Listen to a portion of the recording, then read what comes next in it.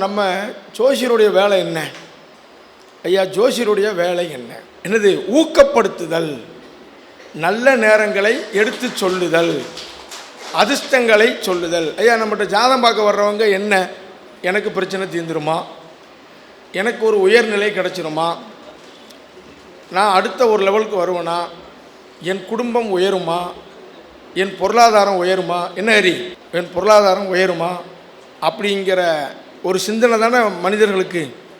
Sir, வேறு எங்கேயுமே தெரிஞ்சுக்கிட முடியாத ஒரு விஷயத்தை ஜோதிடத்தில் மட்டும்தான் தெரிஞ்சுக்கிட முடியும். ஐயா கரெக்டா? ஐயா கரெக்டா? ஐயா என்ன பாருங்க ஐயா, 3 பேர் கைதட்டியிருக்காங்க. எவ்வளோ பெரிய விஷயம் பாருங்க. என்ன இது எவ்வளோ பெரிய விஷயம்? 3 பேர், அதெல்லாம் ஒரு ஆள். புரியுதா என்ன சொல்கிறீங்க? நம்ம இன்னைக்கு நவமணி செம்மவேல் ஐயா, நம்ம ஜெயம் சார் ஐயாவெல்லாம் ஒரே இடத்துல பார்க்குறதுக்கு ஏற்பாடு பண்ணின அந்த அறிக்கை ஒரு கைதட்டு கொடுக்க வேண்டாமா? புரிஞ்சு பார்ப்போம். தன் தாயை நேசிக்கிறார், என் தாயின் கண்ணீர் ஒடிக்கிறாரு. என்றைக்குமே இருக்கும்போது அருமை தெரியவே செய்யாது. ஐயா உண்மையா இல்லையா? ஐயா உண்மையா? தாய் தந்தை இல்லாத போது தான் அதனுடைய அருமையே தெரியும். நிறைய பேருக்கு ஐயோ நம்ம தாயாருக்கு சேவை செய்ய முடியலையே, நம்ம தந்தைக்கு இதை நம்ம செஞ்சுருக்கலாமேன்னு எத்தனை பேர் ஏங்குறாங்க. ஐயா உண்மையா இல்லையா? அப்போ இந்த தாய் முன்னாடி, அம்மா தைரியமாக இருங்க தாயி, உங்கள் பையன் பெரிய புகழாக உங்களுக்கு பேர் சொல்லக்கூடிய அளவுக்கு வந்துடுவார். சரியா தாயி? சார், யார் சொன்னாலும் நம்ப மாட்டாங்க, ஆனால் ஜோசியர் சொன்னால் நம்புவாங்கல்ல. ஐயா பெரிய அளவில் ராஜ வாழ்க்கை இருக்குன்னு சொல்லிட்டு எனக்கு எப்படி இருக்கும்? அவனுக்கு நடைய தனியாக இருக்கும். எப்படி இருக்கும்? நடை தனியாக இருக்கும். சாவி போடாமல வண்டி ஸ்டார்ட் ஆகுமியா? எப்படி சாவி போட என்ன சின்ராசனே?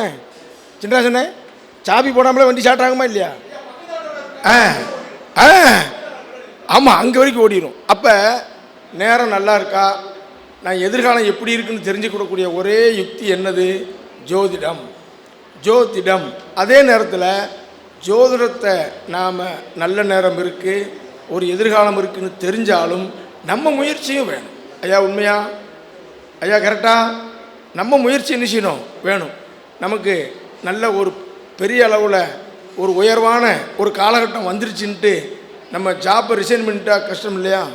நீங்கள் தான் நல்ல நேரம் வரும்ட்டீங்கல்ல அப்படின்னு இருக்கக்கூடாது. ஐயா புரிஞ்சதா? நாமளும் அதை கண்டு உயரணும். இப்போ ஜோதிடம் பார்க்குற போது ஒரு அனுபவ ஜோதிடர்கள்ட்ட நான் போய் பார்த்த விஷயத்த சொல்கிறேன். ஒரு ஜாதகம் பார்க்குற போது 2ல் பாவி இருக்கும்போது என்ன சொல்கிறாருன்னா, குடும்பஸ்தானத்தில் பாவின்னு சொல்லி பலன் எடுத்து ஆரம்பிக்கார். அடுத்த 2 ஜாதகம் கழித்து வரும்பொழுது வாக்குஸ்தானத்தில் பாவி இருக்குன்னு சொல்கிறார். 4ஆம் இடத்துல பாவக்கோள் இருக்குது. ஒரு ஜாதகத்தில் தாய்ஸ்தானத்தில் பாவக்கோளுங்கார், இன்னொரு ஜாதகத்தில் சுகஸ்தானத்தில் பாவக்கோளுங்கார். ஐயா நல்லா பார்க்கணும். இப்போ நமக்கு ஒரு சந்தேகம் வருமா வராதா?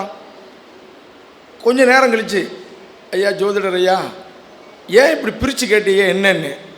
அதெல்லாம் அனுபவத்தில் வரும். ஜோதிடம் படிக்கிறது பெருசு இல்லை, பார்த்துக்கிட்டே இருங்க வரும்னு. பார்க்கத்தான் நமக்கு எந்த இடத்துல எதை எடுக்கணுங்கிறது வரும். நல்லா பார்த்துக்கணும். சந்தேகங்கிறது இருந்துக்கிட்டே தான் இருக்கும். ஜாதகத்தை பார்க்கும்போது தான் எங்கே எப்படி பிரித்து எடுக்கணும் பாருங்கள். எனக்கு அவர் சொல்லி கொடுத்தது சொன்னால் புரியாது, ஜாதகம் பார்க்கத்தான் வரும். பாருங்கள், கேந்திரம்னு ஒன்று வச்சான். ஐயா கேந்திரத்தில் நல்ல கிரகங்கள் இருக்கா, கேந்திராதிபதி சப்போர்ட் பண்ணுறாரா, பண்ணலை, உடனே அவர் லைஃப் போயிடும் நினச்சிடக்கூடாது. திரிகோணம்னு வச்சாங்க. திரிகோணமாவது சப்போர்ட் பண்ணலையா விடு. மறுபடியும் என்ன வச்சாங்க? உபஜயம்னு வச்சாங்க. பணவரஸ்தானம். பாருங்கள், ஏதாவது ஒரு வகையில் உங்களுக்கு ஒரு நல்ல விஷயத்தை சொல்லத்தான் ஜோதிடம் இருக்குது. வெரி குட், கரெக்டானாச்சே? நல்ல விஷயம் சொல்லத்தான் ஜோதிடம் இருக்குது. அது எப்படின்னு கண்டுபிடிச்சி சொல்லணும்.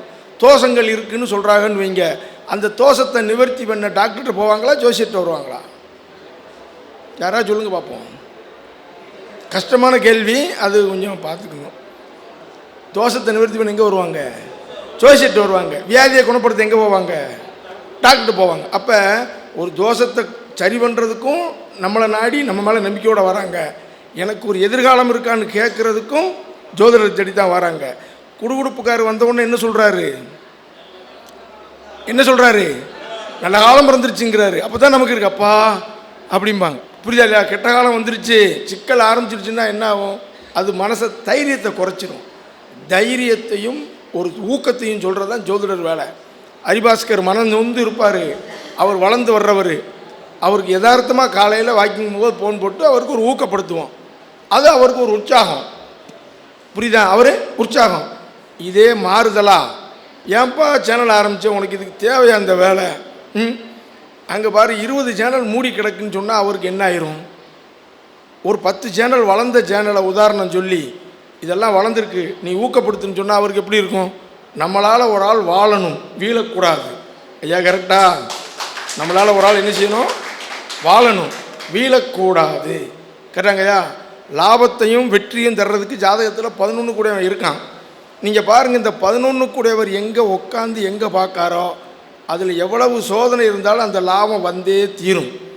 எனக்கு பலன் சொல்லும்போது சில நேரம் ரொம்ப ஒரு குழப்பம் இருக்கும். அப்படி பார்ப்பேன், குருநாதரை மனசில் நினைப்பேன். எனக்கு குரு தான் மெயின். குருநாதரை மனசில் நினச்சி என் பாட்டுக்கு பேச ஆரம்பிச்சிருவேன். ஐயா கரெக்டா? அப்படியே கடகடன்னு வந்துடும். படித்த விஷயங்களை நம்ம அப்படியே ரிப்பீட் பண்ணிக்கிட்டே இருக்கணும். ஜோதிடருக்கு வேறு சிந்தனையே வரக்கூடாதுங்கய்யா. ஒரு 2 நாள் 3 நாள் நீங்கள் ஏதாவது ஒரு ப்ரோக்ராம், ஒரு ஃபங்க்ஷன், ஒரு லீவுன்ட்டு 5ஆவது நாள் நீங்கள் வந்து பாருங்கள், அப்படியே ஒரு மாதிரியாக இருக்கும். கரெக்டாக இல்லையா? நாம் அந்த டச்சிலே இருக்கணும். என்ன இருக்கணும்? இந்த டச்சிலே இருக்கணும். நவமணியெல்லாம் பார்த்தீங்கன்னா அவர் அனுபவத்தில் இப்போல்லாம் ஒரு பில்டிங் கூட்டு போனாலே மலமலன்னு பேச ஆரம்பிச்சிருவார்.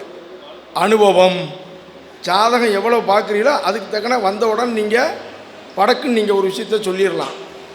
ஒரு ஜாதகம் போல் இன்னொரு ஜாதகம் இருப்பதில்லை. நம்ம அருள்நிலையா அழகாக சொன்னார், நம்ம அக்யூரேஷன் ஒன்று தேடி போகணும்னாரு. அது கரெக்டு தானே? தோராயமாகவே சொல்லிக்கிட்டு இருக்கோம். எல்லா இடத்துலையும் நம்ம ஜெயிக்க முடியுதா?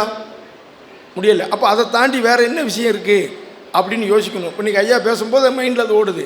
ஓ கரெக்ட். ஒவ்வொருத்தரும் பேசும்போதும் கவனிச்சுக்கிட்டே இருக்கணும். ஒவ்வொருத்தருடைய அறிவு சிந்தனையும் ஒரு மாதிரி இருக்கும். அதெல்லாம் நம்ம கேட்ச் பண்ணோம்னா வாழ்க்கையில் அடுத்தடுத்த லெவலுக்கு நம்ம என்ன செஞ்சிடலாம், வந்துடலாம். அப்படிங்கிற என்னுடைய சிறு அபிப்பிராயத்தை சொல்லி மீண்டும் ஒரு முறை இங்கே வந்து உங்கள் முன்னாடி நிறைய விஷயங்களை பேசுகிறேன். நிறைய ஐயாக்கள், முருகேசன் ஐயா இருக்காங்க, எங்கள் குருநாதர் கோட்டையூர் ஐயா பேசிட்டு போனார். இன்னொரு குருநாதர் ஜெயம் சார் அவர்கள் ஐயா, ஜெயம் சார் ஐயா அவங்க பேசுவாங்க. பேராசிரியர் ஐயா விமலன் ஐயா அவர்கள் மேடைக்கு வந்து எங்களை ஆசீர்வாதம் செய்ய வேண்டும் அப்படின்னு அன்போடு அழைக்கிறோம் அப்படிங்கிறோம். சரியா? அது மாதிரி அடுத்தடுத்த லெவலுக்கு நம்ம போகலாம். ரொம்ப சந்தோஷம். மீண்டும் நிறைய ஐயா பேசுவாங்க. எனக்கு இந்த மேடையில் வாய்ப்பளித்த அனைவருக்கும், இங்கே அமர்ந்திருக்க அனைவருக்கும் வணக்கம்.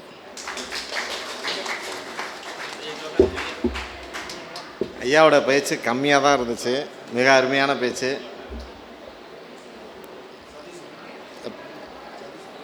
ஐயா சால்வ்.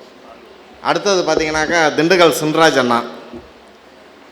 அவர் எங்கே போய் பேசினாலும் தங்கமணியன் ஐயா மாதிரியே தான் ஒரே கலகலன்னு இருக்கும். இப்போ போன வாரம் பிரகாஷ் மீட்டிங்கில் போய் ரொம்ப அருமையாக இருந்துச்சு. சிறப்பான தீர்ப்பு, எங்கள் பக்கமே சாதகமாக சொன்னார் அண்ணன். அவருடைய பேச்சு சிறப்புரை.